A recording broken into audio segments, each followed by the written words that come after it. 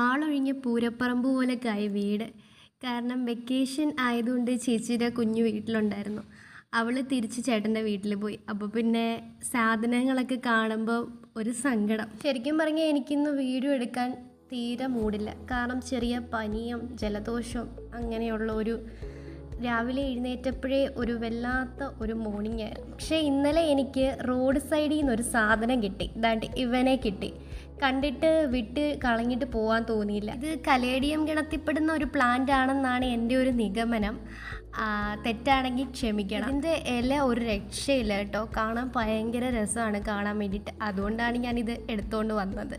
പിന്നെ ഇത് കുഴിച്ചു വെച്ച് കഴിഞ്ഞാൽ കിളിർക്കുമെന്നൊന്നും അറിയത്തില്ല.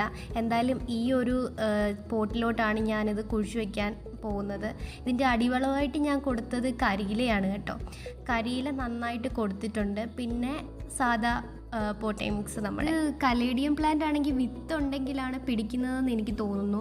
പക്ഷേ ഇതിൽ ചെറിയൊരു വിത്ത് മാത്രമേ വിത്തെന്ന് പറയാൻ പറ്റത്തില്ല, അവിടെ ചെറിയൊരു മുള പൊട്ടി വരുന്നത് മാത്രമേ ഉള്ളായിരുന്നുള്ളൂ. ഇതിൽ നല്ല പ്രയാസമായിരുന്നു ഇത് പറിച്ചെടുക്കാൻ വേണ്ടിയിട്ട്. നല്ല തറച്ച് നിൽക്കുന്ന മണ്ണിലായിരുന്നു ഇത് നിന്നിരുന്നത്. പിന്നെ ലോട്ടറി അടിച്ച മാതിരി എനിക്ക് ഫ്രണ്ടിൻ്റെ കയ്യിൽ നിന്ന് ഒരു ബൊഗെയിൻവില്ലയുടെ ഒരു കമ്പും കൂടെ കിട്ടിയായിരുന്നു. സക്സസ് ആവുകയാണെങ്കിൽ എന്തായാലും അപ്ഡേറ്റ് ചെയ്യും.